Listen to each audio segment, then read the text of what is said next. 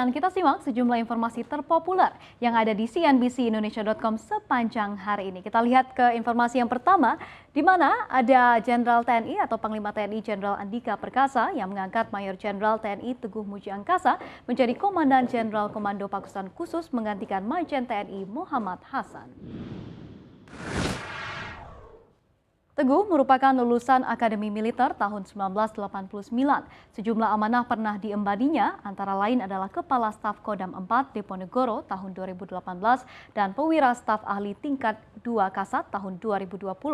Tidak hanya itu, dia juga merupakan dosen tetap di Universitas Pertahanan terhitung sejak 24 Maret 2021. Sementara yang digantikannya, Majen TNI Muhammad Hasan sendiri diangkat menjadi Panglima Kodam Iskandar Muda. Hasan menggantikan Majen TNI Ahmad Marzuki yang diangkat menjadi Astar Kasat. Hasan menjabat sebagai Danjen Kopassus sejak 26 Agustus 2020 lalu dan dia merupakan lulusan dari Akmil tahun 1993.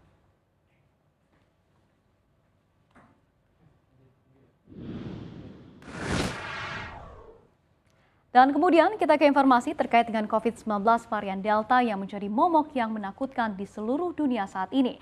Namun di saat yang sama, menariknya penularan virus ini malah terkendali di Indonesia. Menurut epidemiolog Universitas Gadjah Mada, Citra Indriani mengatakan kemungkinan besar atau sekitar 80% dari penduduk Indonesia sudah terinfeksi oleh varian Delta, sehingga jumlah kasus positif COVID-19 mengalami penurunan secara drastis. Hal ini karena terbentuknya imunitas kelompok secara alamiah, di mana tubuh memiliki antibodi yang spesifik untuk strain virus tertentu. Faktor lainnya adalah percepatan dari program vaksinasi yang gencar dilakukan oleh pemerintah dan diharapkan meminimalkan tingkat keparahan apabila terinfeksi kembali.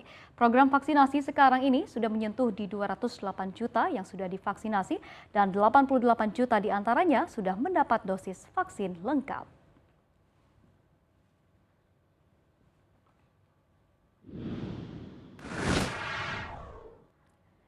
Kita ke informasi selanjutnya, di mana ada PT Aku Laku Silver Indonesia yang resmi menjadi pengendali bank Neo Commerce. Berdasarkan keterbukaan informasi yang disampaikan oleh manajemen kepada Bursa Efek Indonesia, Aku Laku resmi mengambil alih 24,98% saham BBYB. Pengambil alihan ini juga sudah mendapat lampu hijau dari Otoritas Jasa Keuangan atau OJK. Nantinya yang bertindak sebagai ultimate shareholder adalah Lee Wenbo dan Hu Bo.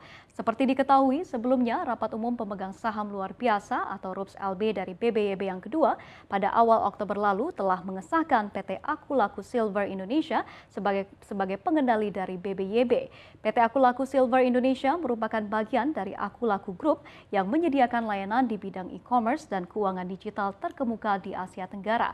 Perusahaan ini beroperasi di 4 negara besar, yakni Indonesia, Filipina, Vietnam, dan Malaysia. Aku Laku juga disuntik oleh Ant Financial, perusahaan yang terafiliasi dengan pendiri Alibaba, Jack Ma.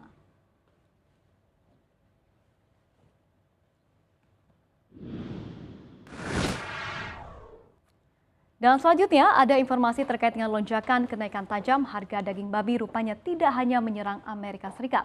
Kali ini China juga melaporkan hal yang serupa.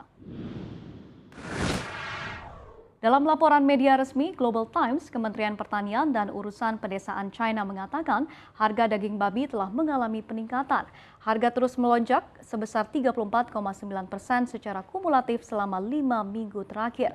Seorang pedagang daging di Beijing mengakui bahwa kenaikan ini diakibatkan oleh tidak seimbangnya permintaan dan supply. Saat ini permintaan sedang naik tajam untuk cuaca dingin yang sedang berlangsung, namun pasokan tidak dapat memenuhi hal tersebut. Sebelumnya, Amerika Serikat lebih dulu dilanda kenaikan harga daging yang cukup signifikan pekan ini. Untuk daging babi, harga komoditas itu dilaporkan naik sekitar 14,1% dibandingkan dengan tahun lalu.